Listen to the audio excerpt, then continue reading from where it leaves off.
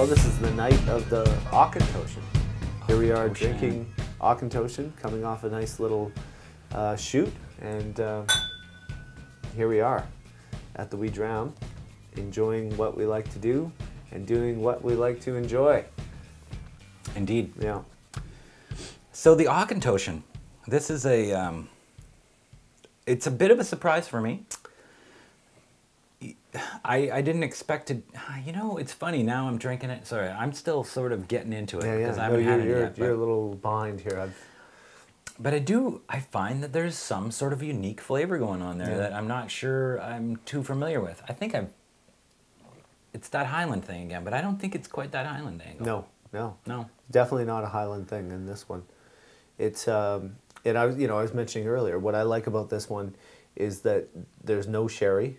And it's a different type of wood that binds the flavors together. And the flavors that I was picking up were the sort of a lemon to orange pepper with a vanilla undertone, combining with the wood to bring you something that has a peppy, springy feel to it. You see the light character of the lowland, but it's not bland. I like that, and I think that's the point that we were going on earlier, was that, okay, they're light, they're easy drinking, they're mellow, and therefore somehow they're not the same quality. Well, that's not really true. No, I don't think so. And I like when I look at the bottle and it says American Oak. I'm not sure, this is going maybe off the charts a little bit, but have you tasted another Scotch that has tasted that oaky? Like, oak isn't generally something that I describe most of the Scotches that I like. Yeah. And this one, I think, really has a woody flavor. Yeah, really woody. I agree. Maybe the most I've ever had at this point. Right. Like, at this point, meaning? Well, and I'm still a noob at this whole thing, so. Normally, I don't like going off of the islands, Isla regions, and when I find one that's kind of different and exciting, I give it a nod. Yeah, absolutely. Well, and I think too, like you have to be tactical when you're drinking. Like, if you can't follow a Lafroig with this whiskey. You'd be setting it up for a decimation, right? No problem. but it's like the Kalila, or it's like other whiskeys that are a little surprising and interesting in their own way. The Jura maybe would fit in there too, where it's kind of like, it's cool and it's doing something really neat, but don't try to put it in the context with if you do that, you're in trouble. Setting yourself up for failure. That's right. So drink this one ahead of time, enjoy it, and then sort of move toward the Isla whiskeys that night. If you were setting it up, or if you had people over and you kind of wanted to take them on a little trail or a little journey, this would be a good one to begin the night with. It would be a great first, guy up to bat. It's like, okay, he might get on base. Like, this guy does some things. He can contribute. Yeah, I liked what you said too about it being a social Scotch. Something that you can, you're not focused just on the Scotch. When you're having Scotch Club, it's great to have your big power ones. But if you're just having a night talking with buddies, this is a good one. It's an easy drinking one. It goes down nice. I don't know. It's just, it's all around surprisingly good. Well, and that's another way to look at it. Maybe this is the kind of Scotch that you, but you could buy this Scotch and bring it to a party. And you could share it with people and have a bunch of it yourself and enjoy it. Yeah, and not feeling like you're cheaping out. Yeah, not cheaping out and not breaking the bank either. No. You're not showing up with a Lagavulin 16. And it's like, oh, no, you can't have this. This is something you'd be, oh yeah, you want to try something decent? It's a nice single malt. Would you like to try it? It's a little different. Yeah. It's a little, What was the bottle that we got for Carlos on his birthday? Oh, didn't we get him the Glen Grant? Yeah, okay, it was a Glen Grant. But it was the Glen Grant Major Reserve, which was that. Was it about the same price? Major Reserve is a little more inexpensive. A little more inexpensive. Yeah, like I think you're maybe $6 or $7 cheaper than this. I'm just thinking like this bottle, like I would present this one. If I was going to get somebody a gift that was, I'd rather take. If I didn't have the big bucks to spend on it, I would be happy giving somebody that and saying, "Hey, enjoy this one." Okay, now so it's like, a good gifting Scotch. Yeah. For like, I know. To it's make like yourself not it's look like cheap. it's like Yeah. It's like no, it's got something. It's affordable. It's Enjoy kind of it. like what the Aberlour used to do. You know, you could give I can't remember the Aberlour. You've never, the Aberlour We've was sort had of, it. the Aberlour was one of those whiskeys that was it would compare to this actually. I think. I mean, that's that's my mind from a long time ago. But oaky. There's lots of possibilities for this guy. It's Scotch. It's a good looking Scotch. It's a nice package. It's a good bottle. I like this. It's kind of like it looks like the package how they like cut it so it's like very economical. You know, like I know there's still 750 milliliters in here, but again it's like one of these. What was the other one that I did this? It felt like a. Oh, it was the. Well, no, it wasn't the last one Kailila because it was a 1 No, liter? no. I had another one. Oh, it's like a Mickey. Yeah. Remember that one? It was like that. What was that? Must have been the Jura. I guess it was. Was the Jura 2 ago? No. No, it was a couple. Highland Park. Highland Park had that, Park, yeah. And you can see it. Big See how it whitey. cuts down the side? They have that same styling on the side. They do. They cut the side so it like, in the front kind of... They didn't, though. They have a square box. That's true. Anyway, okay. Yeah. All right. I think we'll move into our comparison Scotch. Yes. Moment. So it's time to move into... Comparison Scotch. So, Gordy, what do you think we ought to compare this one to tonight? Well, if you look at what we have up there on our bar here at the Dram... And that's part of the rules too. It has to be something you have. Yeah, I mean, we can't... I mean, we may not have anything No, that compares to it. Like I said, I think the Dalmore... No, not the Dalmore. I think the Arbor would be, or and the Glenkinchie, like those. Obviously, they're from the same region. Now, I don't even know where Aberlour might be in Highland, but that's another, like, for the price point, for the easy drinkingness, inoffensive, like something that you could present to anybody and they'd be like, oh yeah. But what about what we have? Well, what we have, we're kind of a one. I really think there's only one place to go. Okay, just before you say it, and I know what you're gonna say. I know, but I can say a little background. Okay. I can say something else. Okay, I'm gonna think. I may choose another one, but right off the bat, I think I might agree with you. The only things you could do maybe Dalmore and Tamdu, sort of, because there's like. But the problem is they're sherry ones, and it just wouldn't be a good comparison. But this is great. We can look at the map now. We go no, Dalmore is north, and Tamdu, they're sort of in the same-ish region, but they're different regions altogether. But I think this guy is lower, though. He's in the lowlands. He's miles away. I know. Well, and we've got no geographic match because we have no other lowland. I think what you have to do is go with Strathisla, and the reason you go with Strathisla here is because it too had the same. Maybe it doesn't have the oakiness that you're picking up, but it's going to have something similar because it's the same cask. It's the same kind of. I don't know if it's a bourbon. We could reread on Strathisla a little bit, but I know it's not sherry, and I know that. That's one thing I liked about Strathisla is that that was one of the only reasons it stood out was that it was doing its own thing, and it didn't have that thing. It was mostly because it was cheap. That's the other thing is Strathisla's price point comes in line with Auchentoshan, and it's not sherry. So that alone, I think, allows it to be tonight's. I think that's the winner. Comparison Scotch. Comparison Scotch. Okay. All right. I think you might be right. Okay, good with that? There's I mean, what else are you gonna do? I don't know. If we put that up against a Highland Park. No. Highland Park for me. Look at Highland Park. I can't stop looking at the map now that we have our map. I know. I look at it and I go, oh, where is that? I'm like, yeah, that's. It's way up. But there. we can't base it on where they are. No, but we can only pick one though. You can only pick one. You can only pick one. And why would you pick Highland Park over Strathisla? Just because it's, from my experience, Strathisla is quite low on the market. It's just not very tasty. Yeah, it doesn't bring anything new to the table. This one has something new. And I say Highland Park is sort of more of a bigger, it's got something, it brings its own thing to the game. So I'm saying in a different direction, of course. Yeah. But it's I think because Highland Park has peat and smoke in ways that you think it'll blow it away. Yeah, it's just it's just not a comparable Scotch. I'll tell you though, then the Strathisla is not going to stand up to this at all. Well, there's one way to find out. Let's do the Strathisla. Strathisla. We're going to go Strathisla tonight. We have to, because Gordy's forcing us into it. But I'm not opposed. I'm just trying to.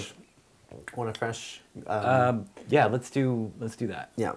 Why don't we get a nice, fresh Glencairn glass for the opportunity to pull down. You got it? Yeah, We're going to go Strathisla. Whoa. Is it still wrapped up?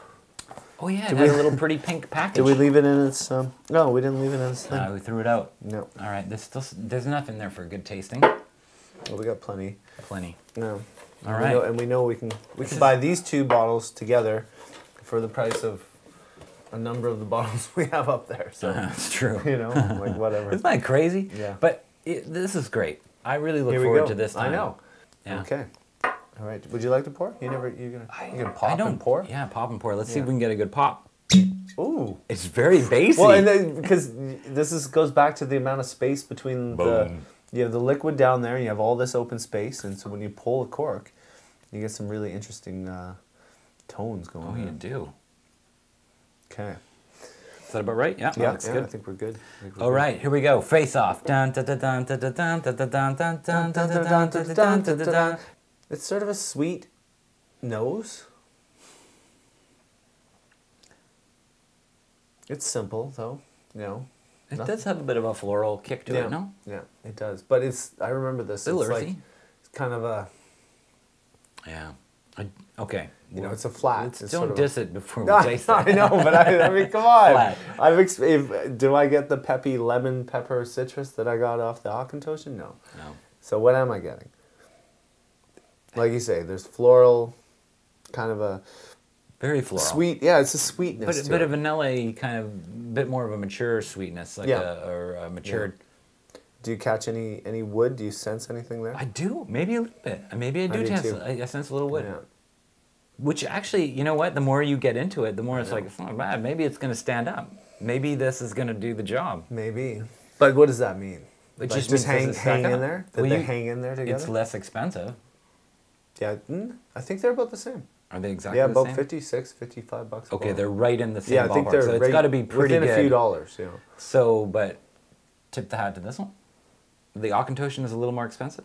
I don't think so. I think like the Strathisla is more expensive? They're about dialed in. I really think they're about $55 each. We'll have to check on that. Yeah. But they are But they're within, I can almost guarantee it's within $5 of one another.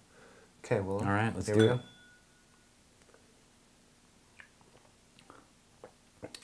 Okay. I don't know. Can I start? Yep. That is way, in my opinion, it's more harsher. And it's got that Highland flavor that it's that, I don't know, that main sort of, all the rest of the scotches taste like this. There's the exceptional ones, the ones that have different flavor, and this one kind of gets caught up in that same, I taste like a lot of the other ones. Maybe I'm a little different, but I'm not good enough to sort of stand out in the crowd. I agree. And, you know, whereas the Auchentoshan has like a pick-me-up and a spring, this has sort of like a, I wouldn't say nullifying in a bad way. It's like it just sort of, I can't quite explain it. It's like just a straight plain shot. Like it's like, it's exactly, it just doesn't do much. It's a fine whiskey. You know, it's a fine whiskey. Is it a fine whiskey, or do you think it has trouble finding its way? Interesting turn there. Like you say, I mean, like I can see this being the base of many, many blends. You know, like this has a, you know, it's definitely built for something. It's built for a purpose. Making blends? Yeah. But that's a horrible life for a Scotch, though, isn't it? It's the truth and reality of many, many single malts that they were designed and they developed over their time to contribute to being blended whiskeys. Possibly. In fact, no, it's the truth. This is fact. I think I read it today. You know what I mean? Like, okay. It's pretty fresh on the mind. So why would they do that then? Because the early intentions of whiskeys weren't to create these incredibly complex, challenging things. They were to produce like lots of whiskey to put together and ship off and serve people something that was drinkable. So people didn't want to be challenged. They weren't into that. I was up to you. So I you have to was right on board until you said drinkable. Okay, what does drinkable mean? Yeah. It means something that you put together with like soda. This is what I'm saying. Why? Because people go beyond that. You know? I know this. You know Shoot this. for the stars. But if you're sitting there in 1928 And probably earlier than that. And you were like given a Lagavulin, and you tried to put whiskey. Like, do you see what I'm trying to get at here? I do. Whiskey, once upon a time, it wasn't what it is now to people like geeks like us that want to just nerd out on every single flavor. Whiskey at one point in time was like a easily consumable cocktail type mixing drink, and or something you throw scotch on the rocks or whatever. And sure, but times have changed. Times have changed. The point being is that a lot of these distilleries, when they were built and when they went through their many years, like Strathisla is 17 whatever, like isn't it the oldest working? Remember we kept coming back to this oldest working distillery in the Highlands. Remember, wasn't that its moniker? Yes, that's right. That's right. So remember, and so the point there is like over the time through history, it was sort of genetically changed or engineered to become a servant to the blends. You know what I mean? Yes. So it takes a long time to shake that character. But then why is the big fuss about the blends then? See, what I think is another strike against this is that it's a Speyside, and I always thought the Speyside, if I have to go off the islands, is another region which interests me. Yeah, well, because it has we've tasted some scotches that have been quite unique. Yeah, you know, there has been and I can only think of Ben Riach, which will be fun to do at some point. Well, and I mean, and this is the thing about Speyside, just like the Lowlands and just even Islay, like which we're starting to demonstrate. Like if you add Brook, Ladig to it and others, that there's a heck of a lot going on in every region. And you know, the whole idea about creating these big regions and saying that they each sort of have a flavor palette isn't actually accurate. There's sort of strong characteristics or tendencies that you can draw, but within every region there's some really different whiskeys. Like I think a really cool thing to do would be to find the 4 most different whiskeys within Speyside. Like what a cool thing that would be. Yeah. Like try to find 4 different points of palette that you know, and figure it out, like, okay, let's put this up against this and this, and because I know it would be there because I've read people that say it is, and there's just so many within that one little zone, little spot. But again, that's why I say this is a strike against it. It doesn't bring anything getting new back to to the table. Strathisla. Yeah. Right. Well, and this is the thing. Okay, so maybe here's a good question to ask. Like, if you were to start like a little evening and you want to work your way toward like a Lafroig and a Talisker. Okay, but you had to go through 6 to get there. You had to go through 6? Yeah, wow, this is quite a game. Like, okay, can you imagine that? Anything's going to taste good on the 6th one. Let's do, you don't have to pour an ounce and a half every time. You could have like, you know, maybe just... You have to figure out which one to serve first in an evening. Would you start with the Strathisla because it's the least... I'm sorry. What are my options? Well, the point is you're working toward... I get that. Palettes, but if I have endless options, okay. From what I know, I wouldn't pick Strathisla. It's not in there. Right. Okay, look at what we have. What about this then? So now that we know the Auchentoshan exists, and it's a similar price point, the Strathisla, do you buy the Strathisla again? No, I don't ever buy the Strathisla again. No. It sounds horrible, but... It's just done. It's not worth it. Yeah, it doesn't... There's no reason to buy the Strathisla. Yeah. So, and if you go over and you see it at somebody else's bar, you're like, is that one of your favorites? Or do you make fun of them? I don't know. Maybe a little bit. No, you probably don't. You go, hey, at least drinking... Well, they probably fell into it the same way we fell into it. But nobody's buying that. You're right. I think that is a blend. It's a blend malt. Yeah. They're shipping it off to whoever they're shipping it off to. I mean, I think I even read in the notes that... it loads up the Chivas, doesn't it? Yeah. Isn't it the Chivas base or something? Is it the Chivas? I think Chivas Brothers? Yeah. I think so. Might be. I don't know. But yeah, it's funny. Like, so Auchentoshan takes out the Strathisla in about 2 rounds. Yeah, easily. KOs it. Yeah. Like Strathisla, but even in the first round with the Strathisla, it was sort of, it never looked good. From the nose? No. Yeah, it went into the ring and it tried to like, oh no, this is bad. Yeah, no. I don't want to be here. Yeah, and it started to a freak fight out. That I should be in. No. It got the water and the muscle rub and it was like, I think it's like, why did you put me on the market as a single malt? Why didn't you just keep, like, allow some of the locals to have me. Keep the name silent. And just keep pumping me into the bigger blends because that's what I was built for. Yeah. Well, it's true. Oh, well. We've had it twice. We've reviewed it twice now, podcast and its own video. And and still not a 2-star whiskey to have it on the shelf. It's still, it's a single malt, and like we've said. Well, now hold on. A place. Here's a great discussion point, or maybe, is it a 1 out of 5? Did we give it a 2? We gave it a 2 because of the price point. Now we've discovered something that knocks its price point around. So now we have this new knowledge, which is that you can get a better Scotch for the same price. Maybe. So does that knock it off the 2? I have a counterpoint. Yes. Now I'm thinking, I'm not sure exactly, how much was the Strathisla? Let's just say they're each $55. $55. Okay, so how much is a Johnny Walker Black? I don't know. Probably. I think a Johnny Walker Black is getting close to $50. Yeah. So. Oh, what do you suggest? So I'm suggesting.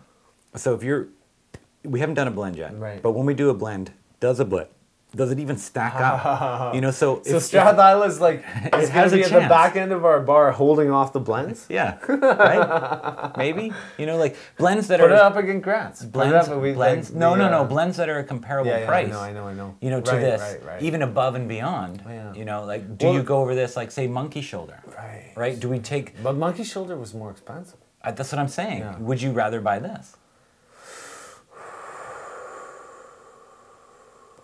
That's the question honestly, okay, if I had... What a good question. So, Monkey Shoulder was more expensive by about $15. Yeah, good chunk. But I think, like, if it's one-on-one and there's no price there, I'm going Monkey Shoulder over Strathisla. Wow. I thought it was just... We got to do a blend soon. Yeah. Well, yeah. But, I mean, that's another question. And then, I mean, the blend... Because... I still have read enough, and I think that's true, that there's magic blends out there that could happen. You know what I mean? Like stuff that is really worth having. Well, there was an Islay blend. I hate to keep going back to Islay, but there was an Islay blend that I believe they do once a year that incorporated a little bit from each cask from all the Islay distilleries. That I would be interested in tasting. Yeah, for sure. And I'm not sure what it was called. I can't remember, but I know they did it. The Peat Monster? No, it wasn't the Peat Monster. The Peat Monster wasn't even peaty. Smokehead? Yeah, the Peat Monster got returned. Wouldn't be Smokehead, though. No, I know. I mean, it's supposed to be an Ardbeg or well, something. Well, that's going to be an interesting one altogether. I know. Smokehead's going to be great. Because we have to Smokehead's better than this, but of course it's more expensive. Yeah, it's $85 bottle of Scotch. Yeah. Anyway, so the clear winner is Auchentoshan in this one. No contest. No contest. No contest. So little contest that it might be even time to move on. Yeah. To the next phase. I think it's probably a good idea. Do you have any ideas about what quote to do? You've looked through some of them. Well, I have looked briefly because, I've been busy with other things, but I think that any one will do. Should we go back to the cat? I'm a little more focused this time. I think no, we've done the cat. I think we exhausted the cat. Anyone you want, just not the first one. But okay. I don't. Not the first one. I think we should bring the one that you originally did that I had trouble following. Oh yeah. I think that eventually we should bring that back. Tonight I'm a little more focused. Yeah. So, okay. Well, let's open it up and see what comes out. I really like this one. Okay. It's the second one on the list. Okay. I'm Masataka Takasuru. You ready? Wow, I thought that was it. You scared me for a second. Again, I'm like, I'm out of it. I don't get that one. Okay. He does it in one sentence. So you have to listen. Okay. You're right. Your job. You have to listen. Okay, I'm going to really focus this time. You're going to really focus. Focus. Okay? I'm focused. Okay. Whiskey making is an act of cooperation between the blessings of nature and the wisdom of man. So we have the coming together of man and nature. So what do you think of that? The blessings of nature. So that means the gifts that come from... I got it. I got this one. Yeah. And then man's wisdom means that, his ability to analyze, break down, organize, mechanize to some degree when you look at distilling, so you have to really think of those things. So the blessings of nature would be water, would be barley. Sure. Would be the energy to allow all that stuff to kind of come together. And then the wisdom of man, I think on this quote, is just definitely the ability to figure it all out over time. That, each 10 years, 20 years, 50 years, 100 years, you contribute to this wealth of knowledge that allows you to distill whiskey and get it to this point. So what are your comments on Mr., assuming it's a Mr., Masataka Takasuru? Okay, well, Takasuru. I like what it's saying, and I think I've always agreed with that the art of whiskey making is, man, it's almost 90% nature and 10% man in that sense. Like I appreciate the split, and it has to be there, but at the same time it's almost, whiskey is just nature coming together in a beautiful drink, right? And it's whether or not we can figure it out. Maybe something like that, you know. I like what he's saying though. It really is nature. Are we trying to figure out in the glass what parts are nature?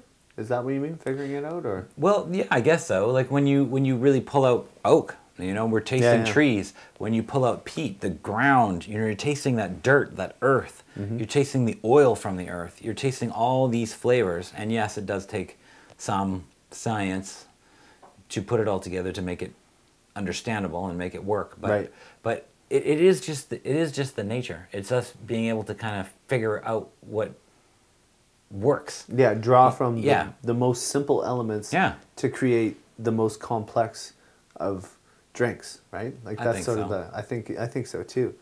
Yeah, and I think that's the beauty of the quote is to, you know, the innovation of an individual applying themselves to their own environments and being able to do something.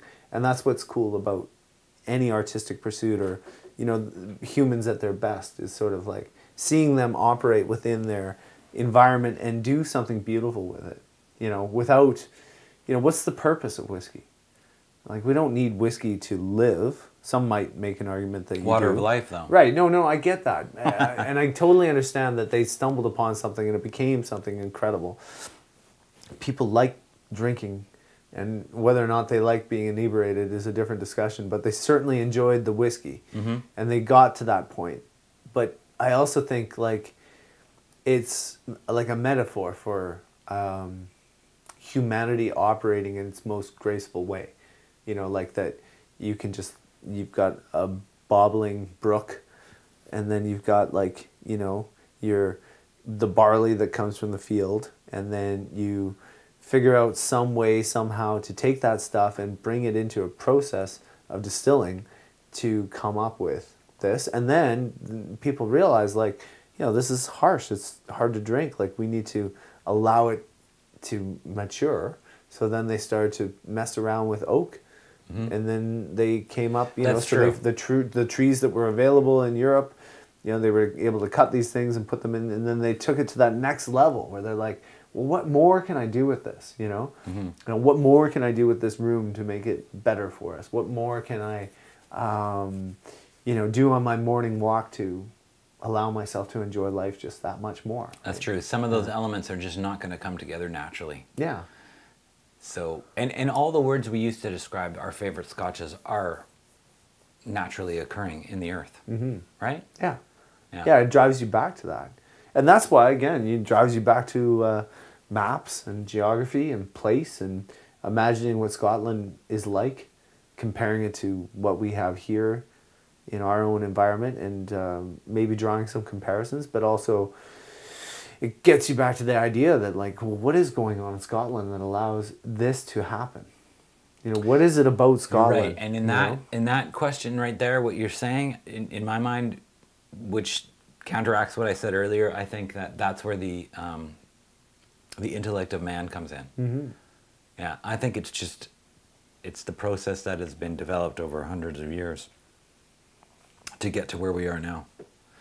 And yeah, that has to be a process. That has to be something you live. It's a scientifical. It's a scientifical. It's a scientifical.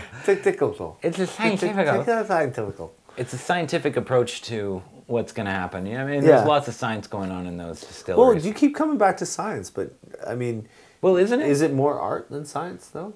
Because but it's an artistic way. It's just like, well, when you like a favorite meal, does it matter how it's prepared? Does it matter how it looks on the plate?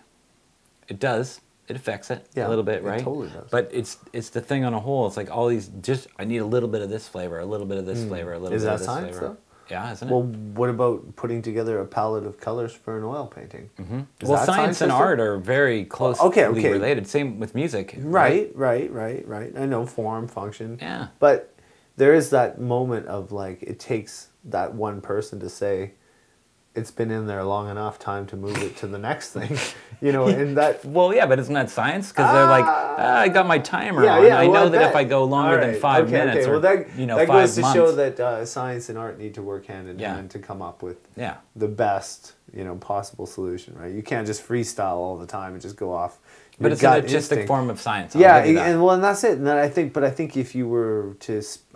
maybe I'm out of my depth here, but like if you were to talk to a distiller, and ask them that question, I would love to hear the answer. I guess that's what it really boils down to. I'd be interested to hear that. That'd be great research.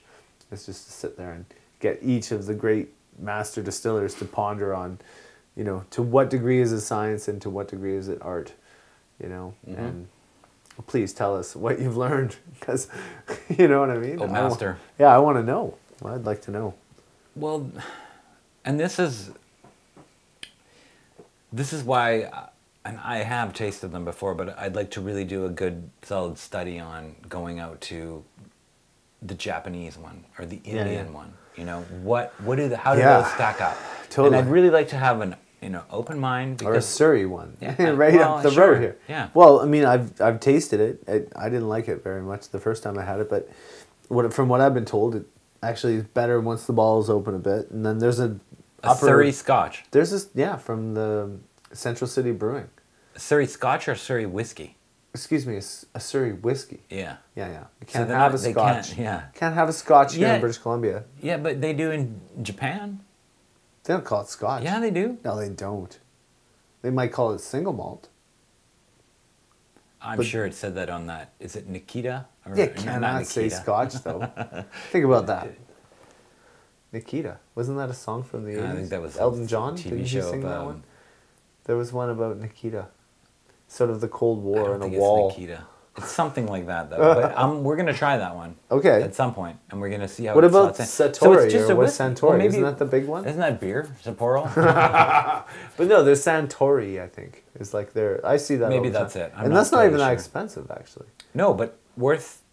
Okay. Although is it? If it's not a Scotch, then I've been through this. I've been through this. It's like I've been through I bought my brother the Surrey whiskey here from British Columbia. Sounds so horrible. I know. Well, I thought. Why isn't it called rye then? Because it's not. It's a single malt. It's malt barley. Well, isn't rye? No, I don't know. So rye means that you have at least 51% rye. Right. And the other 49 is barley. Could be. Could be wheat. Could be. Yeah. Could be grain. Well, isn't wheat barley grain. More or less? No, it's different. Okay. It's slightly. Well, they're all grains, right? You need grain to make whiskey. That much is that's true. But the barley is the difference maker in malt. So to make malt, you need barley. Malt is simply the germination of the barley. So they take the stuff, they put it into water, and they force it to germinate. And then once they do that, then they I can't remember. I think they heat it through and dry it again, and that's sometimes where the peat begins to get into it. And then once you take it off the floor, you put it into a big vat and start... Doesn't the peat get into it because they fire it up with peat? Correct. But that's not all whiskeys do that. No. Not all, because that's why they don't have peat. Drying, yeah. Different people do it in different methods, but one of the methods you can do is to burn peat under it to air it out. Yeah. So that's a thing. Anyway, they get to a point where they have this like sort of warm beer type thing, and that's when you start stilling it through. So no. They all start off as beer. Right. Again, yeah. I tasted the Lagavulin beer, and that was great. Yeah. Beer that tastes like Lagavulin. Yeah. Well, just a smidge. But still, probably explains I would why, buy that. Yeah. Well, no, and I mean that just goes to show why it's nice to drink beer with whiskey sometimes. Yeah. Sometimes it's nice to like throw back a lager and have a whiskey. Yeah. It's just, and it works well because they're essentially the same thing. Right. Just one's way further down the road than the other. You know? So that was a good quote. That was it makes you think. It's a good one for that. Yeah, it gets you going. Yeah. It brings you back to the key elements of the whole deal. Mm-hmm. Yeah. I liked it. And so, the Auchentoshan. Auchentoshan. Auchentoshan, it was a pleasant surprise, and I think a well-deserved 3. Yeah, I do too. For what it's doing. No, I think so too. Yeah. Like I say too, I would be interested to try the other Auchentoshans now. Like, well, and what are we drinking? I honestly thought we had an Auchentoshan 10 here. I didn't realize American Oak was an NSA. But yeah, I still think they should be required to put on like how long it's sat. So, okay, here's a great thing. So, one of the, I forget, it's called like Compass Box or something. There was one of these like creative whiskeys. What does that say? Oh, I was just pointing out the 40%. Yeah, 40% alcohol. That always makes me question the Scotch a little bit. Yeah. Like if I'm going in between two, I'll always stick with the 43 because I always heard that the 43 is the only one that's actually considered Scotch. If you're less than that, you can't be Scotch. I don't know where I heard that from, but... Well, by law it's 40%, and that's why you see it. But I know what you're saying, too, which is to say, like... Well, and that's why, like, you see the Taliskers are, like, 45.6 or whatever. Yeah, I think they're 46.5. Yeah, or whatever. But, I mean, they it's like they're trying a little harder to provide... they're not trying to get everything they can out of every single cask by... watering them down and shipping them out. No, that's what it sounds like. That's what it all boils down to. Let's just put a little water in or whatever. What would this taste like if they hadn't done it and they left it a little higher? Even better. Maybe. But maybe it costs more. There's lots of things involved. Because you're not selling as many bottles. Yeah. So that works. Okay. It was a good night. Mm-hmm. Surprising. I really didn't have high standards for this, and I'm pleasantly surprised. Totally, I think that's what it boils down to. When you come in with low standards and something picks you up, I think that's a mark of quality. Yeah, I do too. And I think it deserves some props, and I think it's getting them. Yeah, not enough to be like a major 4 flavor, but no, I'm not going out of my way to say you got to get this unless it's like, hey, this is a great bar builder. Yeah, bar builder. Bar builder, Nice. Yeah. Anyway, that's great. Okay. Cheers. We have a bar builder. Bar builder. Wee Dram. Bar builder, the Wee Dram. You got it. Yeah, look, goodness gracious, you're going to have bottles up there that you just don't like. If you're going to try them all, and that's great and fine and dandy, but you're certainly going to have some up there that you like more than others. Absolutely. So that's the whole point. But still, you slide into a 3 spot. I mean, that's better than 50%. So you can't, can't complain. No. It all works. It's working. It's working. All right. All right. We're out. Okay, we did it. Thanks for joining us. Thank you. That was a lot of fun tonight. Thank you for being here.